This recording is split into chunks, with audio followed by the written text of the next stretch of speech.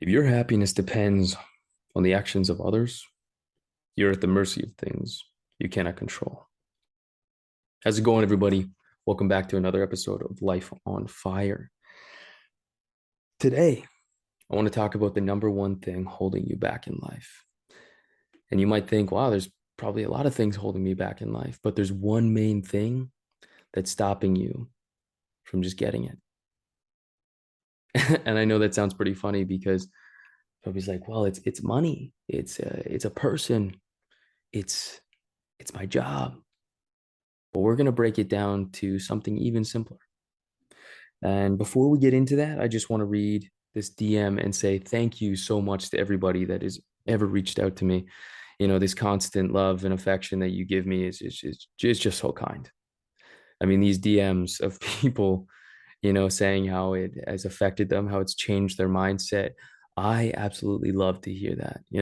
It makes me doing this in my free time just that much more worth it. And for that, here is a DM from Kata. You know, Dear Spencer, I have no way to be sure that you will ever read this message, but as you so kindly encourage us to take the risks and be brave, I decided to do the same and write to you. I'm just listening to your seventh podcast about toxic relationships, and you got me teary eyed, choked up, emotions, because you nailed it. Even though you said in a previous episode that healing feels lonely, you just made it easier by putting the effort into this podcast. I honestly can't express how much it means to me to know that there are still people like you out there whose inside beauty outshines their looks. Because your soul, your kindness, and mindset not only make you you, but also brighten many lives. I won't steal any more of your time other than I already did. However, let me say this one last thing. In a world where kindness is so rare that many do not recognize it, what you do is a breath of fresh air and more precious than anything. Team Chivalry. We need more of that. Thank you very much, Kata. So, what sparked this topic is I've had so many people reach out to me in my DMs and private messaging and just telling me how hard they have it, that their life isn't going their way and it never will. And they give me this very long story of all the negative things. But, there's one thing that none of them do. None of them take ownership of what has happened in their life. They all blame somebody else. It's never them. And so hopefully after this podcast, maybe you'll see it in a different way. So the other day, I was driving somebody home after a night out and they started talking about their life. Seems to happen with me sometimes. People love to, have a therapy session, which I totally don't mind as long as you're open to change. So this person was talking to me and they were explaining why they don't have the perfect guy, the perfect job, the perfect relationship with everybody, why they don't see themselves where they want to be. And, all I heard was it's other people. First she blamed her father for why she doesn't have a perfect relationship because of how her dad would treat her mom. She said that that's what she grew up with, that's what she watched. And I said, so you saw one thing and that's how you believe it should be? Aren't your friends in, nice relationships? Have you ever seen them care for one another? Why are you taking it that one experience? I understand it's your dad. I have experiences with my dad, but I wouldn't base everything off what he did. And then she started talking about, her ex-boyfriend and how, near the end, he started to mistreat her and call her names and say that she would never be worthy. And she brought that up so many times and she kept saying, she's like, it's not like I think about it. And I said, well, you've mentioned it to me 4 or 5 times now. So it's definitely something that you dwell on. And once again, why are you letting that, be the reason of who you decide who you are? Because of something he said in a moment where he was angry. And I think that's something that a lot of people forget about is when somebody is angry or hurt, they will say things just to upset you. I like to think about this funny scene from Seinfeld where they talk about this guy who's a master person at breaking up and leaves a person thinking about what they say. And in this episode, a guy is, as soon as he's breaking up with somebody, he says one thing that isn't true, but he says it because he knows that person will think about it. And then that person will never leave their mind because they're constantly being brought up every time they think about this negative trait that they said. I don't know if anybody's seen this the show, but um, one thing was like, oh, well, it's good. You have a big head, and left it at that. And this person thought about that for their whole time and kept asking, do I have a big head? Do you think I have a big head? And it's like the stupidest thing, but it's something that people dwell on is a last word. And there's this quote by an old philanthropist that talked about, a person isn't who they say they are in that last conversation. It's who they've been that entire time.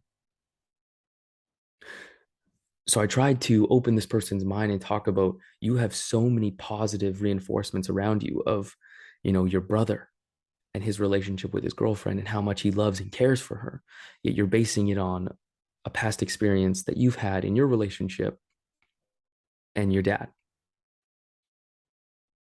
She couldn't get past this whole negative aspect. And then we got into a deeper thing of, do you love yourself? And I got the answer, of course I do. Well, not once have I heard you say, this is something I need to work on. This is something that's stopping me. I need to push past this.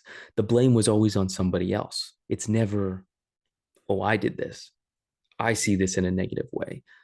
I can't get past this because I'm fixated on this, because I have these insecurities. You know, don't ever blame somebody else for your misfortune because at the end of the day, the person with the most power is yourself. So, the number one thing holding you back in life is that story. It's that story you tell yourselves every single day. And everybody's got one. Everybody has this story, and they will tell you that story. A victim mentality, somebody who is looking for sympathy or want people to understand of why they don't have what they have, or because they don't see themselves as this perfect person. They're going to tell you this story of, everybody wants to tell you how bad they had it or how hard they had it. But here's the thing. The more times you tell yourself or others that story, the more you reinforce that you're not meant for happiness, success, a great relationship, you can't get that body you want, whatever it is. What you don't realize is that you're still writing your own story. Your book isn't done yet. That life you complain about, it's not over. You can rewrite and start a new chapter right here, right now. But people think it's so hard. They say, oh, no, it's already done. How old are you? You know, I'm in my 30s. I could change my life at any moment. You just have to create a plan, figure out the steps to do it, and it's done. It may take some time, but you can get there. And I've talked about this previously in episodes is break it down to the smallest thing and chip away from there. It doesn't have to be I'm jumping from A and all the way to Z. There's going to be A, B, C, D, so many steps in between, but you can figure it out. I know you can.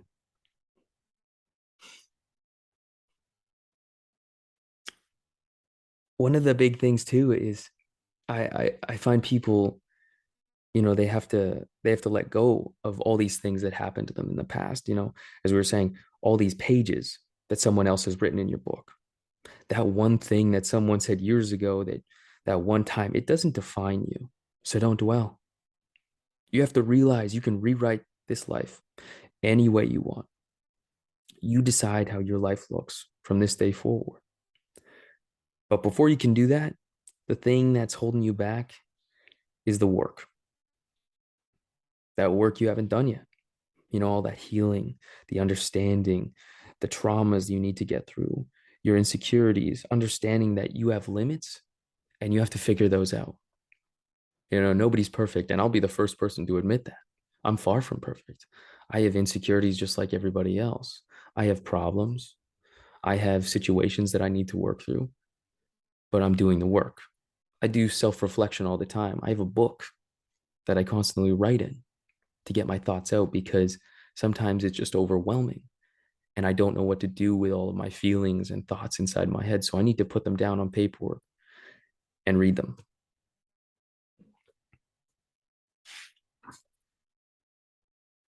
The, uh, you know, I think people think that it's so far away, but you're not as far away from the dreams as you think you are. Like I was just saying with the alphabet, you're actually a lot closer than you think. But because you think it's so far away, you behave in in a way because you believe this. It always keeps it that much far away from you. To get what you want, you need to believe what you're saying and know that you're one decision, one relationship, one meeting, book, thought, workout, whatever, from a completely different life. And when you can understand that, you begin to look for them.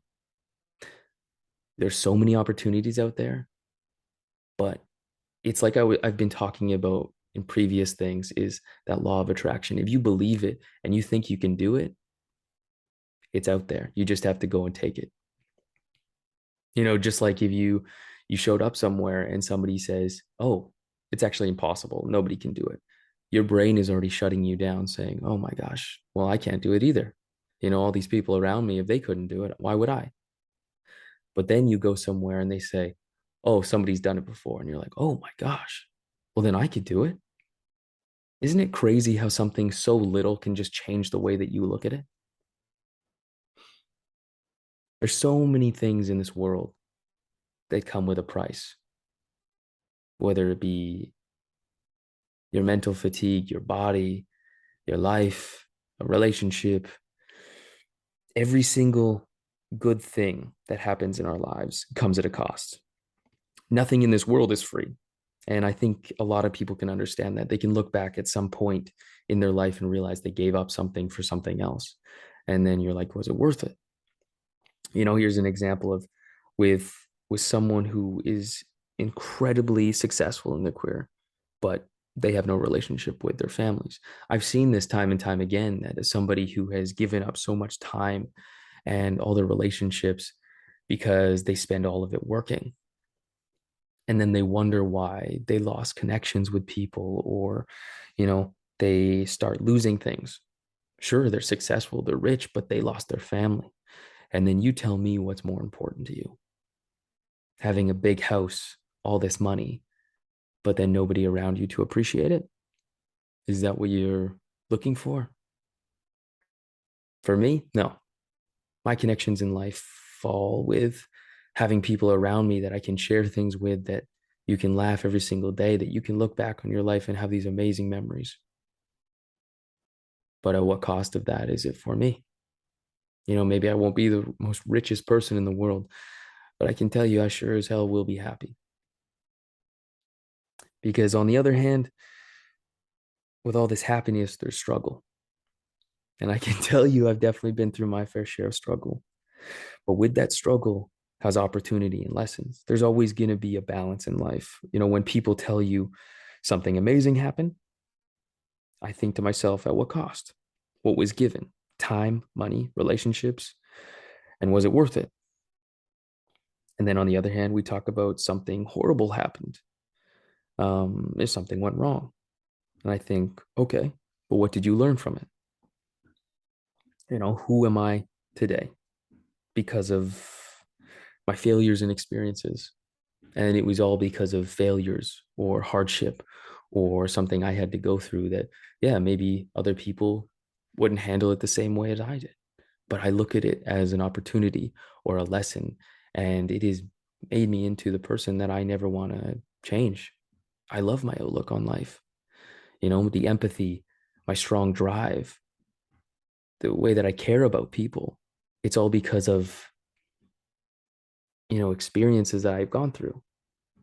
Was it worth it? It's hard to say, but I like who I am now. And it's because of those things that made me. So I want you to think about the life that you have right now. And I want you to write it down. I want you to think about, is this because of me or somebody else? If you're blaming somebody else, I want you to take a hard look at who you are and why are you blaming other people? And say, is this a problem that I can fix? Can I change this? And then write out the steps or the things that you want and how to get there. Because there is no reason you need to be identifying with the past. Take a minute and try to explain to yourself why you're dwelling on something that somebody said years ago. Is that who you are today? Have you not gone through other things that has changed that belief? And why are you still identifying with it? So we're going to try an exercise. I want you to close your eyes for me. This is something that I've practiced once in a while, and you feel a type of free, which is it's kind of hard to describe. But I've learned this through other people over the past year or so, and it's something that brings me back to center. So close your eyes. Take a deep breath in.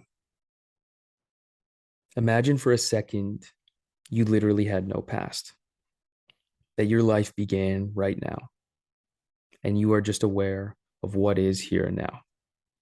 The sound of my voice, the sounds inside your head with all those things we call thoughts. But those thoughts are no longer personal because you are not your past. There is no connection. You are simply the awareness of what is here and now. Take another breath. Exhale. Let it go. Think about that. Think about everything that happened in the past that doesn't exist. That yes, you are simply here and right now. That your life, that the future, it's this moment. That every decision from here on out is going to be the thing that changes you. It's going to bring you one step closer to the things you've always wanted. And ask yourself, after you do this, how do you feel? Taking a moment to center yourself and realizing the only thing there is just right here and right now. No past, no future. I don't have any place to be. I'm exactly where I'm supposed to be. I've done everything that I needed to do. And I don't need to be stressing about something that happened years ago. So, thank you so much for your time today. Thank you so much for listening, commenting, subscribing, and sending me these messages. I really appreciate your time. So until the next one, thank you very much and have a great day.